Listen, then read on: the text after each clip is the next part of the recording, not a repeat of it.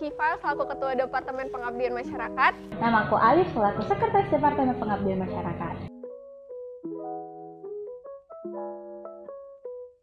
Jadi mungkin mulai dari yang pertama kali yang wajib dulu kali ya, dan yang sehari-hari, bukan sehari-hari sih, maksudnya setiap bulan tuh ada gitu. Yang setiap bulan tuh ada namanya Prokja kami Pemastok. Jadi Pemastok ini emang tujuannya untuk ningkatin awareness nih mahasiswa-mahasiswa khususnya Sivitas Akademika Psikologi USU untuk lebih peduli sama isu-isu di dunia gitu kan, baik itu sosial, politik, kesehatan mental, semualah kita cover di situ. Jadi bentuknya kita, mungkin teman-teman juga udah tahu, mungkin ada yang jadi pembaca setiap Pemastok juga. Di situ kami ngulas berbagai hal, mulai dari kekerasan seksual, isu-isu perang Palestina, Ukraina, Rusia gitu. Semua kami bahas di situ gitu. Terus mungkin yang satu lagi yang nggak wajib-wajib kali sih, tapi ya itu juga program nggak rutin juga, tapi ya program wajibnya PMAS itu PMASWAL. Nah PMASWAL itu kayak kotak curhat virtual yang dimana semua orang itu bisa curhat secara anonim melalui email. Nanti itu dibalas dari email, bisa juga kalau misalnya mereka bersedia atau berkenan untuk di post, kita akan posting itu di Instagramnya PMAS. Ya benar. Nah selain yang, kalau tadi kan kita fokusnya di sosial media tuh. Nah selain di sosial media kita juga pastinya ada turun langsung aksi ke lapangan ya kan. Nah untuk yang awal-awal tuh kami ada namanya Edu Aksi. Jadi Edu Aksi ini program kerja yang kita fokuskan untuk membantu sekolah-sekolah yang kurang mampu atau fasilitasnya tuh kurang memadai gitu. Jadi kemarin waktu Edu Aksi kita perginya ke SD Cerdas ya kan. SD Cerdas itu sekolahnya memprihatinkan ya kan. Jumlah muridnya juga nggak begitu banyak. Jumlah muridnya juga nggak begitu banyak. Sekolahnya literally cuma semen, mejanya juga udah kayu lapu-lapu gitu. Jadi kesana kemarin kita bagi-bagi banyak ya, Lid. Iya, ada kayak perpustakaan mini, terus juga kami kasih psikoedukasinya waktu itu tentang otoritas tubuh, sama ada juga tentang pedofilia waktu itu di pertemuan keduanya. Tapi selain yang kayak materi kan, kalau namanya anak-anak pasti harus ada dong namanya games gitu kan. Kami gamesnya waktu itu buat untuk memperingati hari 17 Agustus, kami buat kayak lomba makan kerupuk, terus ada buat balap karung, terus ada juga guli sendok gitu kan. Jadi kayak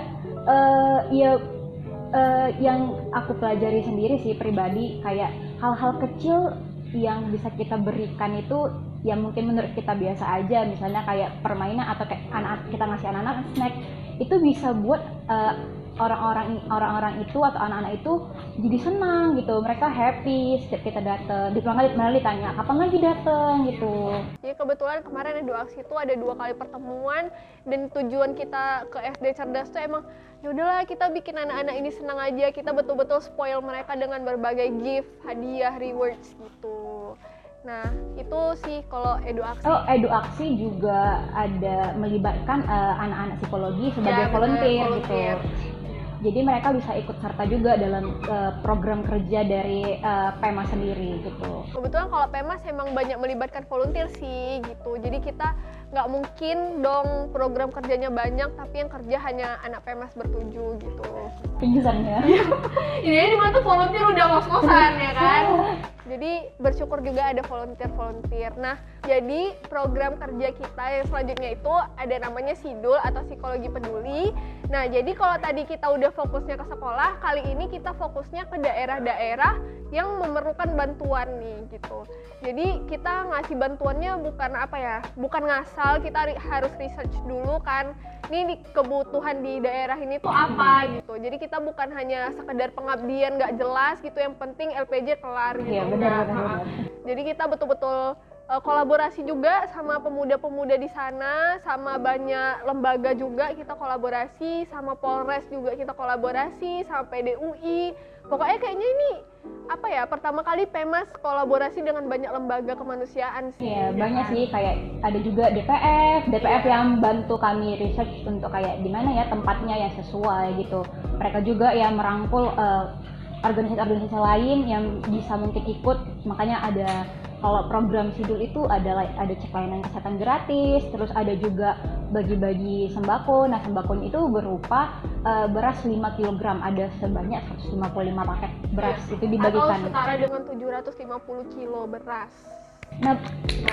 Nah, hebatnya lagi berasnya itu kita ambil dari mana coba Kak? Kita ambil dari DPF. Jadi DPF ini tuh dia kayak pemberdayaan petani gitu kan. Nah, jadi kita membeli beras, hasil beri beras kita itu bisa diberdayakan untuk petani, tapi beras yang kita beli itu bisa membantu bermanfaat lagi untuk warga-warga yang kita kasih gitu. Jadi feedbacknya itu back to back gitu loh, nggak cuman sekedar beli beras ya udah habis itu nggak ada dampaknya ke orang yang kita beli berasnya gitu. Tapi karena DPF ini emang pemberdayaan petani, jadi bermanfaat juga untuk petaninya gitu. Selain cek layanan kesehatan gratis sama bagi-bagi sembako, kita juga ada psikoedukasi ke siswa-siswa di sana. Selain 2 kegiatan sebelumnya, kita juga ada 2 kegiatan lain itu yang lebih ke sekolah sih bentuknya, kayak psikoedukasi untuk remaja. Itu kita ke salah satu SMA yang ada di sana, kasih tentang apa sih sebenarnya bahaya sama dampak dari penggunaan psikotropika ya sama narkoba.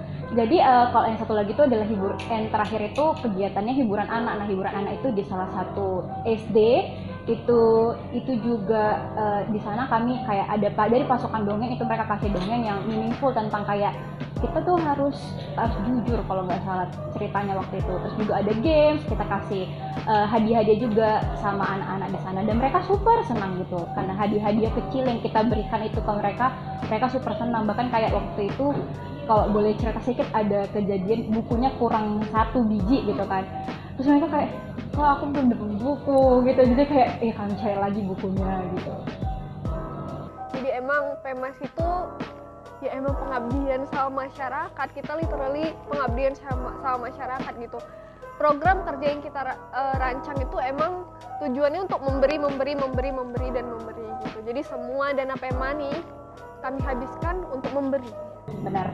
Ya, satu lagi tuh ada program kolaborasi dengan Departemen P3. Sebenarnya kalau mungkin kalian familiar gitu, anak psikologi yang lama udah familiar sama yang namanya program kerja Side Generation sama Side Collaboration.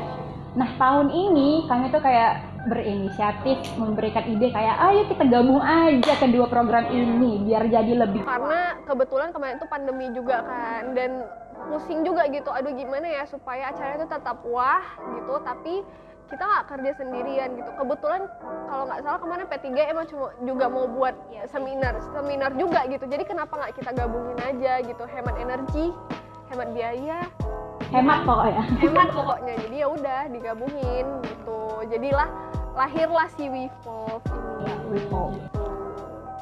Dan WeVolve itu juga successful, kita sangat-sangat bangga juga sama WeVolve karena dari P3-nya dapat, pengabdiannya juga dapat karena kita ada donor darah ya kan. Ada juga serial webinar, itu mungkin lebih ke P3 kali ya, serial webinar. Terus ada juga kegiatannya perlombaan gitu.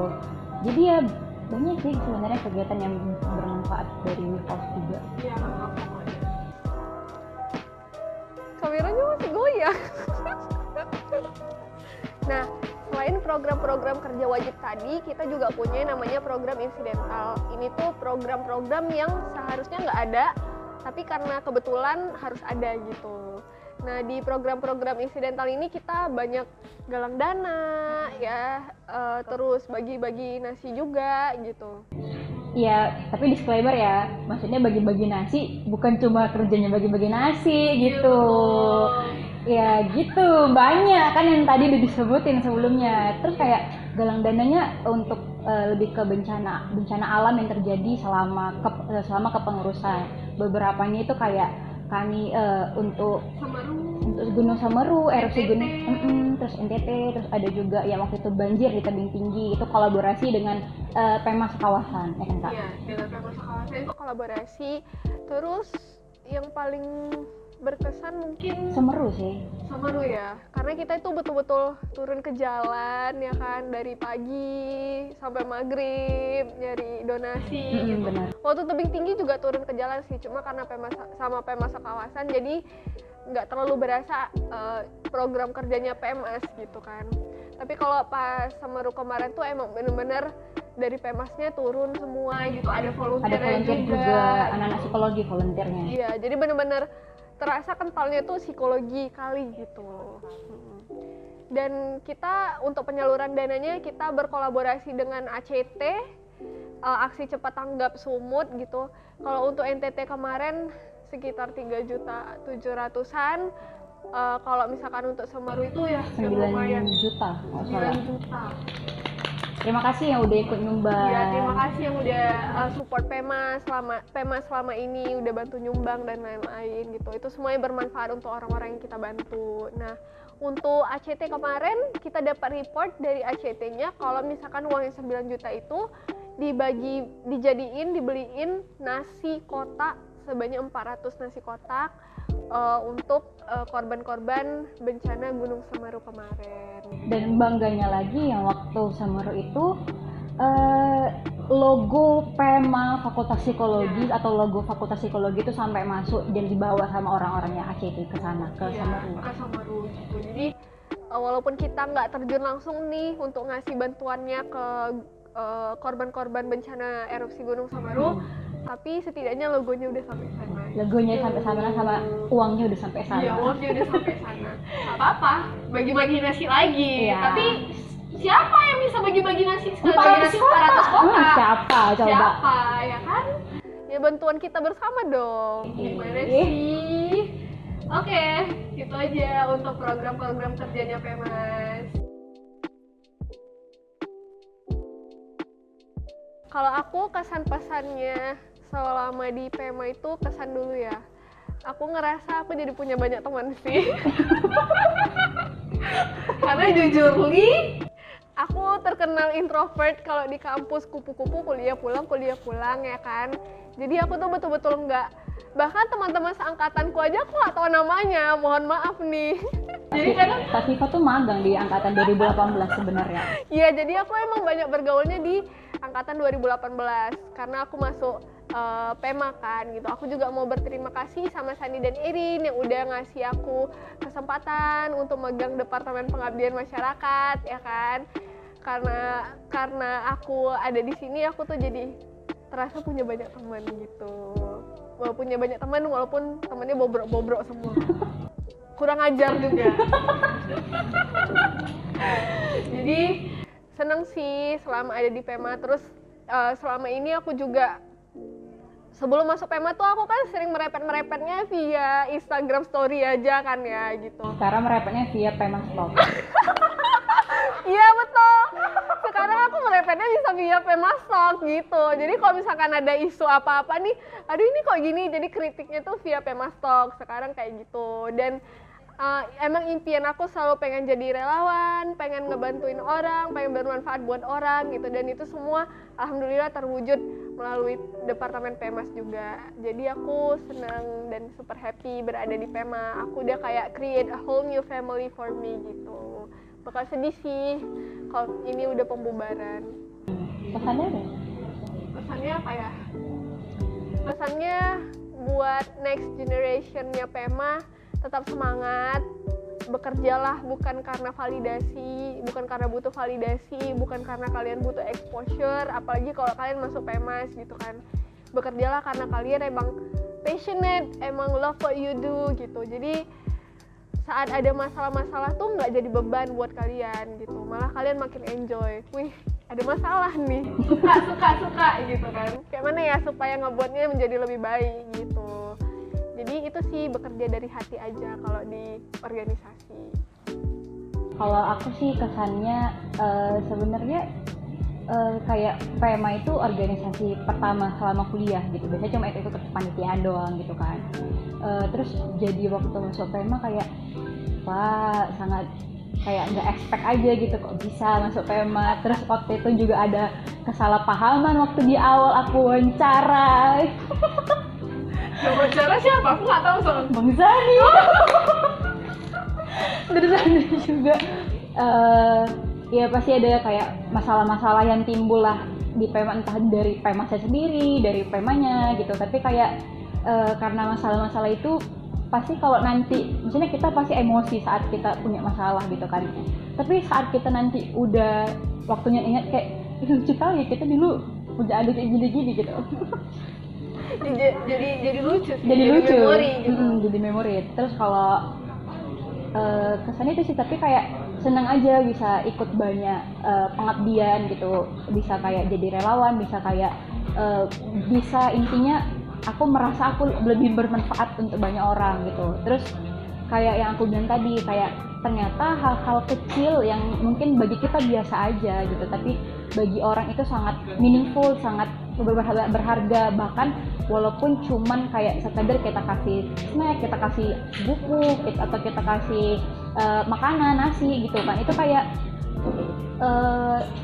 kecil tapi berharga buat orang, sampai buat orang senyum juga gitu, buat senang, buat orang happy. Terus juga kalau pesanku sih mungkin kayak Kak Tifa untuk next generation-nya kayak ya lebih, kalau bisa lebih baik lagi gitu, lebih banyak melakukan pengabdian untuk masyarakat. Tapi kalau nggak bisa juga nggak apa-apa, tapi kayak ya pengabdian untuk masyarakat itu menurutku salah satunya sangat penting sih, karena kita juga bisa mengaplikasikan apa yang udah kita pelajari di psikologi itu ke masyarakat gitu. Terus juga kita bisa buat banyak orang happy, kita didoakan juga yang baik-baik sama orang gitu. Jadi banyak-banyak berbuat baik melalui pengabdian gitu. Terus juga untuk yang PEMA tahun ini, makasih banyak aku sudah dikasih kesempatan untuk menjadi salah satu anggota PEMA, bahkan menjadi sekretaris Departemen Pengabdian Masyarakat gitu. Walaupun mungkin aku banyak kurangnya, banyak missnya gitu, tapi ya itu pembelajaran gitu, pembelajaran juga buat aku, buat yang lain gitu. Itu sih pokoknya ya jangan sombong-sombong lah ya, kalau kata orang yang gitu ya, kalau udah mau bubar jangan sombong-sombong lah gitu.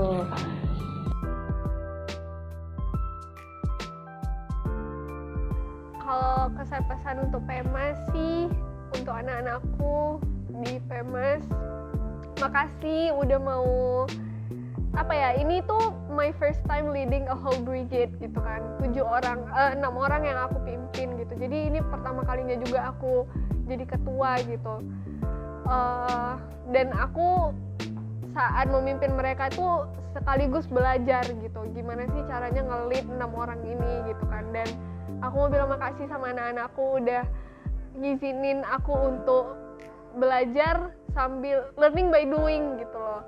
Dan mereka sabar juga sama aku, kadang aku yang sabar sama mereka.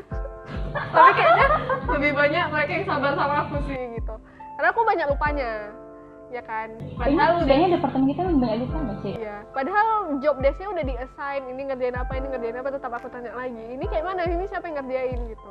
Jadi ya gitulah, departemen bobrok sih, tapi paling banyak outcome-nya.